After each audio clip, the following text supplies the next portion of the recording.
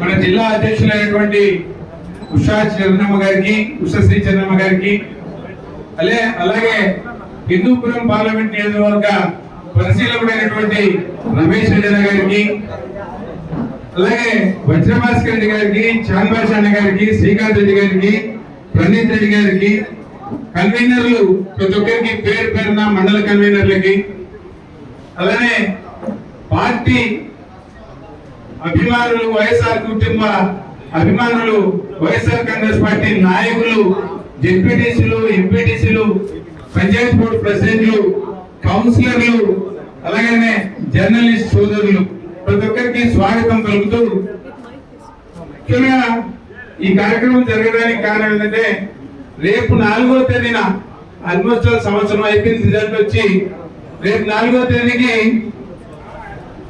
సంవత్సరమైన సందర్భంలో ఈ government, Telugu Desam government మనకు చేసిన మోసాన్ని ఎండగడుతూ, నీ బతికే మీ అలవాటే వెన్నుపోటు కాబట్టి ప్రజలు కూడా వెన్నుపోటు పొడిచావు, పార్టీని చేతికించుకునే దానికోసం రామారావు గారికి ఎలా వెన్నుపోటు పొడిచావో అలానే ఈరోజు రాజ్యాధికారం చేతికించుకునే దానికోసం ప్రజలకు మోసం చేసి సూపర్ 6 పథకాలను పెట్టి ప్రజలకు మోసం చేసి ఈ రోజు ప్రజలకి ఏమీ చెందడం లేదు, నువ్వు చెప్పిన మాట ఏది నిలబెట్టుకోలేదనడానికి నిరసనగా ఆ రోజున వెన్నుపోటు దినంగా, విద్రోహ దినంగా చిత్రీకరిస్తూ కలెక్టర్ గారి దగ్గరికి వెళ్ళి మనం అన్ని 7 నియోజకవర్గాల నుండి, ఈ జిల్లాలో ఉన్న 7 నియోజకవర్గాల నుండి మనము పుట్టపర్తికి వెళ్ళి కలెక్టర్ గారికి వినతి పత్రం ఇచ్చే కార్యక్రమం,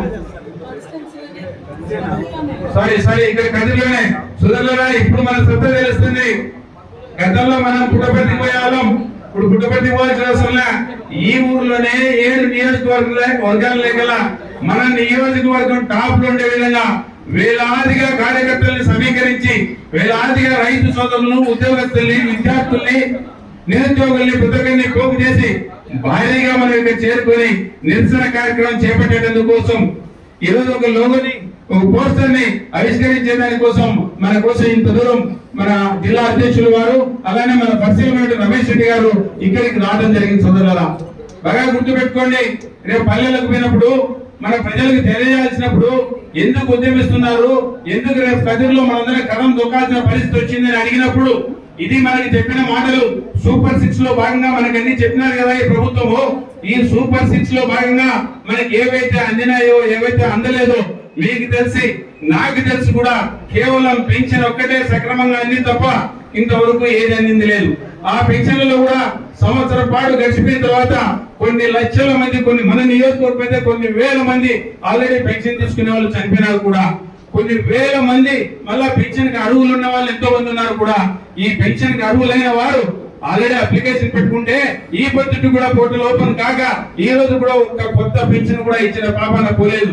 ఈ మధ్య కాలంలో ఎంతో మంది వితంతులైన వాళ్ళు, వృద్ధులు, వాళ్ళకి ఏజ్ లిమిట్ దాటిపోయి ఏజ్ లోకి వచ్చి వాళ్ళ ఎలిజిబిలిటీ ఉన్న వాళ్ళు, ఇలాంటి వాళ్ళు ఎంతో మంది పెన్షన్ కోసం వెయిట్ చేస్తున్న వాళ్ళు ఉన్నారు.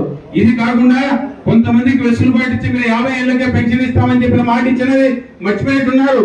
అది ఈ పొద్దుట కూడా ఎక్కడా మీరు అవలంబించినట్టు లేదు. బీసీలకి 50 ఏళ్ళకి ఇస్తామని చెప్పినది కూడా ఎక్కడ అవలంబించలేదు. ఒక్క పెన్షన్ల విషయంలో కూడా సక్రమంగా ఇస్తున్నామని చెప్పుకుంటున్నటువంటి మీ పెన్షన్లలో కూడా కొత్త పెన్షన్, ఒక్క పెన్షన్ కూడా ఇచ్చిన పాపాన పోలేదు మీరు. ఇది కూడా గుర్తు పెట్టుకోండి. ఇంకా ఉచిత బస్సులు అంటావా, లేకపోతే ఎంతమంది ఆడబిడ్డలు ఉంటే అంతమందికి నెల 1500 సంవత్సరానికి 18,000 ఇస్తామని చెప్పినా మీరు ఏ ఒక్క హామీని, లాస్ట్ విద్యార్థులు తల్లిదండ్రులు ఇంట్లో 2 పిల్లలు ఉంటే మాకు ఎంతమంది పిల్లలు ఉంటే అంతమందికి తల్లికి దీవెన వస్తుంది. ఈ తల్లి దీవెనతో ఒక స్కూల్లో చదివించుకున్నా కూడా ఇంకొన్ని ప్రైవేట్ స్కూల్లో చదివించుకోవచ్చు, మంచి విద్యను అందించాలనే ఉద్దేశంతో నిన్ను నమ్మి పిల్లల్ని ప్రైవేట్ స్కూల్లో చేర్పిస్తే ఈ పొద్దు ఎక్కడే కానీ అమ్మఒడి ఇవ్వకుండా వాళ్ళందరినీ కూలికి నాలికి నువ్వు ఎక్కడికంటే తరిమే పరిస్థితి తీసుకొచ్చిన రోజున ప్రజలు మీరు ఒక మాట పల్లెల్లోకి వెళ్ళి మీ పోలీస్ వ్యవస్థను వెనకాల పెట్టుకోకుండా, మీ రెవెన్యూ వ్యవస్థను వెనకాల పెట్టుకోకుండా నాయకులు మీరు పల్లెల్లోకి వెళ్ళి ప్రజల దగ్గరికి పోయి మనసు విప్పి మీరు ఎప్పుడైతే మీ పార్టీ కార్యకర్తలతోనే మీరు మాట్లాడండి అప్పుడు అర్థమవుతుంది మీ కార్యకర్తలు ఏం చెప్తారో. మీడియా వాళ్ళని పక్కన పెట్టండి, కెమెరాలు ఆఫ్ చేయండి, మీ కార్యకర్తలతో మీరే కూర్చొని తెలుగుదేశం నాయకులారా కూర్చొని మన బాధలు ఏందని అడగండి. మీరు చెప్పిన మాటలు ఏంది, ఏమి తీర్చలేకపోయినారు, ప్రజలు ఏమని అనుకుంటున్నారు పల్లెల్లో అని ఒక మాట గ్రహిస్తే మీరు వాళ్ళు చెప్పిన మాటలు కానీ మీరు వింటే నెలల పాటు మీకు నిద్ర రాని రాత్రులు ఉంటాయి. మీకు గుర్తుపెట్టుకోండి. కారణం ఏంటంటే చెప్పరాని అబద్ధాలు చెప్పి ఎన్నెన్నో చెప్పి ప్రజలకి ఏ ఒక్కటి తెచ్చుకోకుండా మోసం చేసి సంవత్సరం గడిచిపోయినా కూడా ఈ రోజుకి నువ్వు తల్లికి దీవెన ఇవ్వాలనుకున్నా కూడా ఒకవేళ నువ్వు టెన్షన్ గా 3 ఇచ్చినా కూడా కేవలం 3 విడతలు ఇవ్వగలుగుతావు కానీ 5 విడతలు ఇచ్చే పరిస్థితి ఎక్కడా లేదు కూడా. నువ్వు ఉచిత బస్సు ఇస్తావా కనుచూపు మేరలో ఎక్కడా కనపడలేదు కూడా, కనపడదు కూడా. ఎందుకంటే నీకు ఇచ్చే ఆలోచన లేదు. ఎప్పటికప్పుడు రేపు ఆగస్టుకి ఇస్తాంటావు, లేకపోతే జనవరికి ఇస్తాంటావు, పోస్ట్ పోన్ చేస్తానే ఉంటావు. ఎందుకు దబాయించడానికి రాత్రి బస్సులు అనౌన్స్ చేస్తే రేపు ఫ్రీ బస్సులు అని చెప్తే పోయేదానికి నీకు ఇవ్వాలనే ఆలోచన లేదు. కాబట్టి ఎప్పటికప్పుడు పోస్ట్ పోన్ చేసుకుంటా రేపు మీటింగ్ జరిగేది, రేపు మీటింగ్ చెప్తారు పాప ఆలోచనతో అందరూ ఇంకా మానాడికి అందరూ వచ్చారు. మానాడిలో చెప్తారేమో అనుకున్నాడు. అయిపోయిన తర్వాత నువ్వు మళ్ళా దాన్ని ఆగస్టుకి పోస్ట్ పోన్ చేసినావు. ఎప్పుడు ఇస్తావో ఎవరికి అర్థం కాని పరిస్థితి. దీంట్లో మీరు గుర్తుపెట్టుకోండి సోదరులారా, వాళ్ళు చెప్పిన మాటలు ఎక్కడ ప్రజలు మళ్ళీ పదే గుర్తు చేసుకుంటా ఉంటారో ఆ గుర్తు చేసుకోకుండా ఉండేటందుకు కోసం వీళ్ళు కుయుక్తులు పని డైవర్షన్ పాలిటిక్స్ పెట్టి ఎక్కడికక్కడ నాయకుల్ని పట్టుకొని అరెస్ట్ చేస్తూ దొంగ కేసులు పెడుతూ నిర్బంధిస్తూ స్టేషన్లో నిర్బంధిస్తూ ఉక్కు పాదంతో ప్రజలు తొక్కే కార్యక్రమం. మీ అబద్ధాలని మీరు చెప్పిన మోసాన్ని ప్రజలు మాట్లాడుకోకుండా ఉండటానికి మీరు ప్రజల మీద ఇంత చర్యలు తీసుకుంటే, ఇంత అభండాలు వేసి ఇంత చేస్తే, నాకు ఎగ్జాంపుల్ ఇక్కడ ఉన్నాడు, ఇక్కడ మలకా వనాథుడు ఉంటారు, ఎక్కడో చేతు ఎక్కడో మలకా వనాథుడి ఇక్కడనే ఉన్నాడు. 11 కేసులు అతని మీద, 1 కాదు 2 కాదు 3 కాదు 11 కేసులు యావత్ రాష్ట్రం నలుమూలల నుండి అవనీకరణ నుండి కూడా ట్రిబ్యునల్ పెట్టారంటే ఏదో కొత్త కేసు పెట్టి అతన్ని ఈ ఊరు ఆ ఊరు అని తిప్పుకోకుండా అన్ని స్టేషన్లు తిప్పి సెక్రటరీ మాన్యాలు చూపించి అతను నాకు తెలిసి ఎయిర్టెల్లో 30,000 రూపాయల జీతానికి పనిచేస్తానని సోదరులారా. మళ్ళా తర్వాత స్విగ్గీలో కూడా పార్ట్ టైం చేసుకుంటా ఉన్నాడు. అలాంటి వ్యక్తిని ఈ పొద్దు 6 నెలలుగా ఏ ఉద్యోగము సద్యోగము లేకుండా కేసులని ఊరు తిరుక్కుంటా ఉంటే లాభాయిలో ఒక అమాయకుడమైన ఒక రైతు కుటుంబంలో సంబంధించిన వ్యక్తి రైతు వ్యవసాయం బాగలేక బతకలేక బెంగళూరుకు పోయి బతుకుంటే అక్కడి నుండి పట్టగెత్తి కేసులు పెట్టి బుద్ధు ఏ దానికి తరంగా కూడా చేసి పెడితే నిన్నే మా రైతు సోదరులు కరువు కాటకాలు అలాడుతున్నటువంటి మా పల్లె సోదరులు ఇప్పటికే ఈ రైతుల పిల్లలంటే బిడ్డలు ఇచ్చే వాళ్ళు కూడా లేరు. ఇలాంటి తరుణంలో మీరు డజన్లు కేసులు పెట్టిస్తే ఈ పిల్లల భవిష్యత్తు ఏమైపోతుందో మాకు ఆలోచించండి.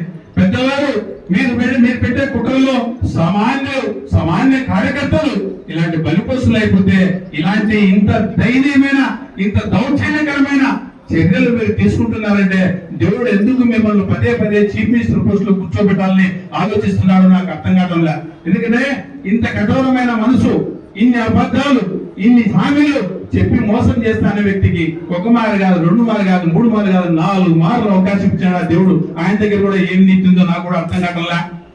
ప్రజలను బాగా గుర్తుపెట్టుకోండి. ఇవన్నీ వెలుగెత్తి చాటేదాని కోసం ఇక్కడ మనం కదిరిలో రేపు కథలు తొక్కబోతున్నాం. కదిరి నలుమూలల నుండి ప్రజల్ని తీసుకొచ్చి కదిరి ఈ నిరసన కార్యక్రమం ద్వారా బాగా గుర్తుపెట్టుకోండి. వైఎస్ఆర్ కాంగ్రెస్ పార్టీ కార్యకర్తలు అభిమానులే కాదు, మనకు తెలియకుండా మన సంతుల్లో మాస్క్ వేసుకుని వచ్చి తెలుగుదేశం వారు కూడా ఒక సైడ్ జయించగలంటే వాళ్ళ నాయకుడు చేయని మోసం లేదు. గమనించినారు, వాళ్ళు గుర్తించినారు. తెలుసో తెలియక మేము తప్పు చేసినాం, మా తప్పు మేము తెలుసుకున్నామని చెప్పి చీకట్లో వాళ్ళు ముగ్గు చెంపలేసుకుంటా ఉన్నారు. సోదరులారా, ఈ పొద్దు బహిరంగ కూడా వచ్చేదానికి సిద్ధంగా ఉన్నారు. పదే నాకు పల్లెల నుంచి ఫోన్ వస్తున్నాయి.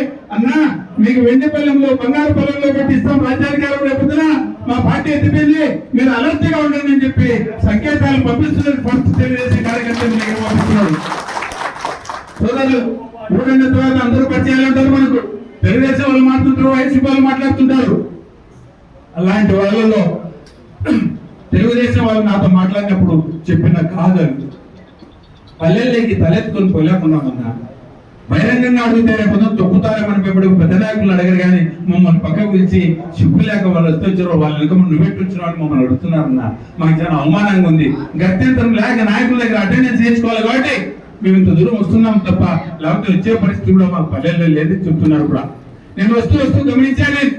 మా ఇంటి దగ్గర దూరం వస్తే ఒక కాన్ షాప్ ఉంది. బ్రాందీ షాప్ కి పక్కన పర్మిట్ రూమ్ అని పెట్టి పేదలు పెట్టి ఇంకా బ్రాండ్ షాప్ ఓపెన్ చేసే టైం ఆల్రెడీ డజన్ల మంది ప్రజలు దాంట్లో కూర్చొని మందు తాగే కార్యక్రమం. ఎక్కడ పారదర్శకత నాకు అర్థం కల్లా ప్రతి బాటిల్ మీద కదిరిలో సిండికేట్ ఫామ్ చేసి బాటిల్ మీద 20 రూపాయల బాటిల్ మీద రాబడుతున్నారా చెప్పండి రోజు ద్వారా రాబడుతున్నారా? మీరు ఎక్కడ మరి ఆయన చంద్రబాబు నాయుడు 1 రూపాయి కూడా ఎంతో బాటిల్ మీద అంటాడు. ఇక్కడ మాత్రం మీరు లోకల్ నాయకులు సిండికేట్ ఫామ్ చేసి ప్రతి బాటిల్ మీద 20 రూపాయలు దోచుకొని అన్ని బ్రాండ్ షాపులు సిండికేట్ ఫామ్ చేసి దోచుకునే కార్యక్రమం ఎక్కడ పడితే అక్కడ దోచుకోవడం. ఎవరైనా తినబడితే అంటే మన మీద కేసులు పెట్టడం. పెట్టాయా?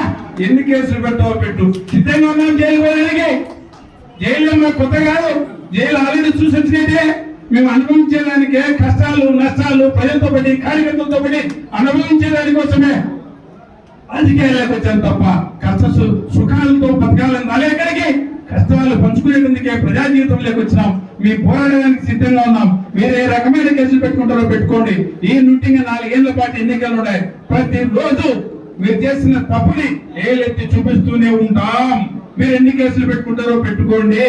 మీకు ఇచ్చిన గుర్తుపెట్టుకోండి చంద్రబాబు చెప్పిన ప్రతి మాట గుర్తుపెట్టుకొని మన ప్రతాపం రేపు పొద్దున 4వ తేదీన జరగబోయే ధర్నాలో వైఎస్ఆర్ కాంగ్రెస్ పార్టీ కార్యకర్తలు కదిరి నియోజకవర్గ నలుమూలల నుండి ఇక్కడ కదిరికి చేరుకోవాలని చెప్పి ఆ రోజు వీలైతే నాయకుల్ని మన పరిశీలకుల వారిని మన జిల్లాకు ప్రత్యేకంగా మన నియోజకవర్గానికి కదిరికి ప్రత్యేకంగా మీరు రండన్నా మీ ఆధ్వర్యంలో మీ దగ్గర చేసుకుంటామని చెప్పి ఆయన కూడా రిక్వెస్ట్ చేసుకుంటాం. ఇంకా కొంతమంది గెస్టులను పిలుచుకోవడానికి అవకాశం ఉంటే పిలుచుకుందామని తెలియజేసుకుంటూ ఈ అవకాశం ఇచ్చిన దగ్గరికి పేరు